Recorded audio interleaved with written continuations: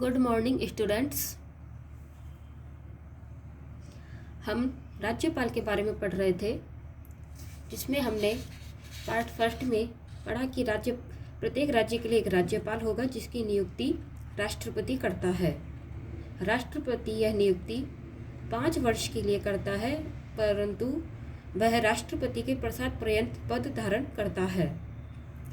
इसके अलावा एक ही राज्यपाल 2 या 2 से अधिक राज्यों का राज्यपाल हो सकता है। इसके अलावा हमने राज्यपाल को प्राप्त उन्मुक्तियों के बारे में पढ़ा था, जिसमें उसे अपने कार्य और जिम्मेदारियों के लिए न्यायालय में जवाबदेह नहीं ठहराया जा सकता। साथ ही कोई दंडिक मामले में कार्यवाही भी उसके खिलाफ नहीं की जा सकती, न ही उसे गिरफ्तार किया जा सकता है, न ही कोई कारावास का आदेश उसके लिए दिया जा सकता है। इसके अलावा हमने राज्यपाल की शक्तियाँ और कार्यों के बारे में पढ़ा, जिसमें हमने उसकी कार्यपालिका शक्तियाँ पढ़ी। कार्यपालिका शक्तियों में हमने पढ़ा कि राज्य की कार्यपालिका शक्ति राज्यपाल में ही निहित होती है।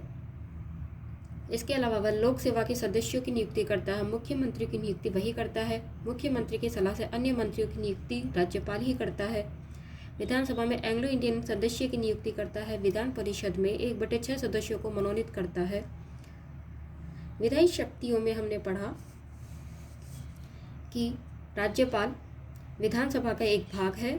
इसके अलावा वह विधानमंडल को संबोधित करता है, सत्र बुलाता है, सत्रावसान करता है, विघटन करता है। धन विधेयक उसकी पूर्व अनुमति से पेश किए जा सकते हैं। कोई भी विधेयक राज्यपाल के हस्ताक्षर के बिना कानून नहीं बन सकता। वह विधेयक को पुनर्विचार के लिए भेज सकता है, किंतु पुनः वही विधेयक पास होकर आ जाता है तो उसे अनुमति देनी ही होती है। इसके अलावा हमने वित्तीय शक्तियाँ पढ़ी। वित्तीय शक्तियों में हमने पढ़ा कि वह धन और वित्त विधेयक को वित्त विधेयक को पूर्व अनुमति देता है। इसके अलावा आकस्मिक निधि से व्यय के लिए अग्रिम धन की अनुमति भी राज्यपाल देता है। आज हम पढ़ेंगे राज्यपाल की आपात शक्तियाँ। राज्यपाल की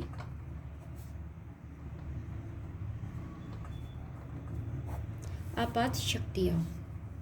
अनुच्छेद 356 के अनुसार या अनुच्छेद 356 के तहत आपातकाल के दौरान वह राज्य का वास्तविक प्रधान होता है। जब राज्यों में आपातकाल लागू होता है तो राज्य का वास्तविक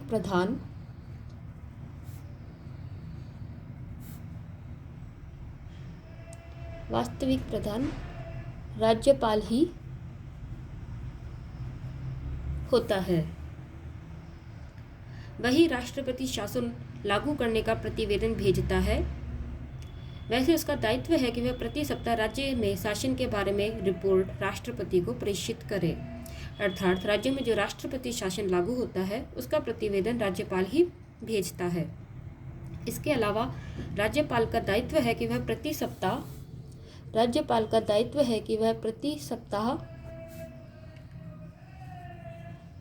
राज्य के शासन के बारे में राज्य के शासन की रिपोर्ट राष्ट्रपति को भेजता रहे या राष्ट्रपति को प्रेषित करे। इसके बाद हम पढ़ेंगे राज्यपाल और मंत्रिपरिषद।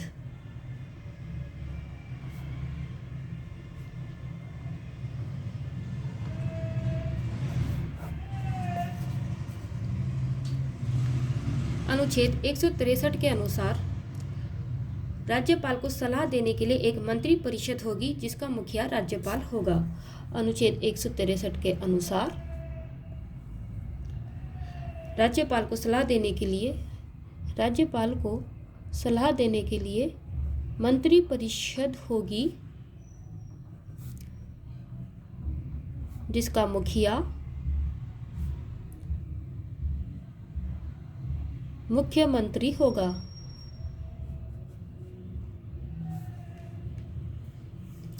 राज्यपाल जिन बातों में संविधान द्वारा उससे अपने विवेक के अनुसार कार्य करने की अपेक्षा की गई है, उसे छोड़कर वह इस राय के अनुसार कार्य करेगा। अर्थात राज्यपाल मंत्रिपरिषद की नियुक्ति तथा मुख्यमंत्री की नियुक्ति में अपने विवेक के, संविधान में जो लिखा गया है उसके अनुसार, अपने विवेक के अनुसार कार्य करेगा और इसके अलावा वो जो भी कार्य करेगा वह संविधान में लिखे के अनुसार ही करेगा।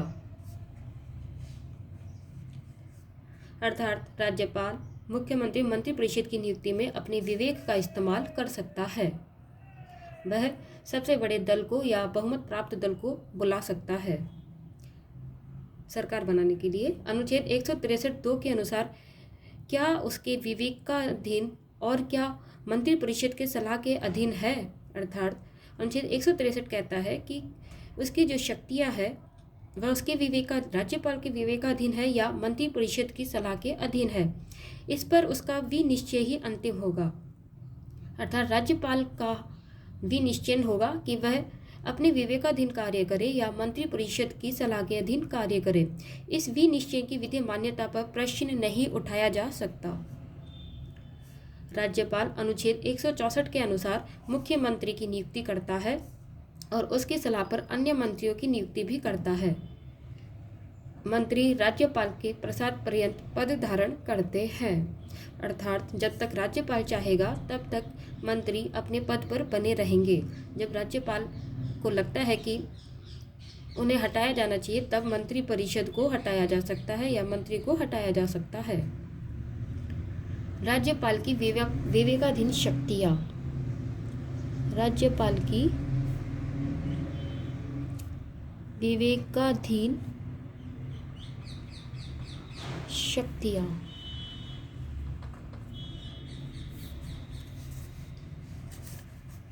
विधानसभा में स्पष्ट बहुमत न रहने की दशा में मुख्यमंत्री का चयन।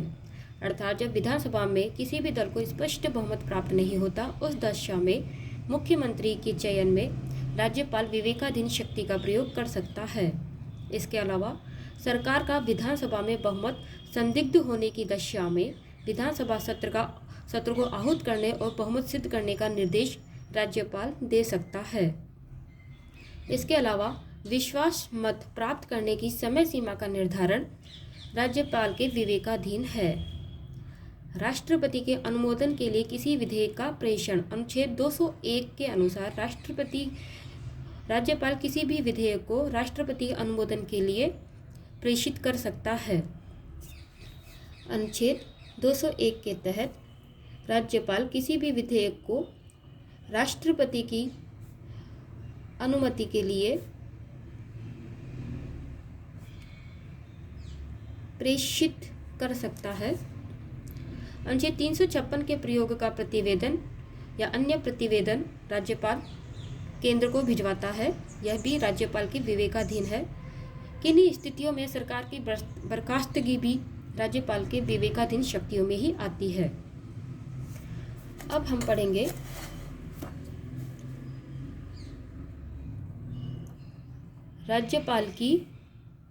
राज्यपाल को प्राप्त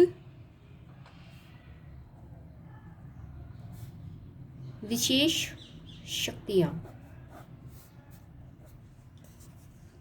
अनुच्छेद 371(2) के अधीन राष्ट्रपति गुजरात और महाराष्ट्र के राज्यपाल को क्रमशः सौराष्ट्र एवं विदर्भ क्षेत्र के विकास के लिए विशेष कदम उठाने के निर्देश दे सकता है।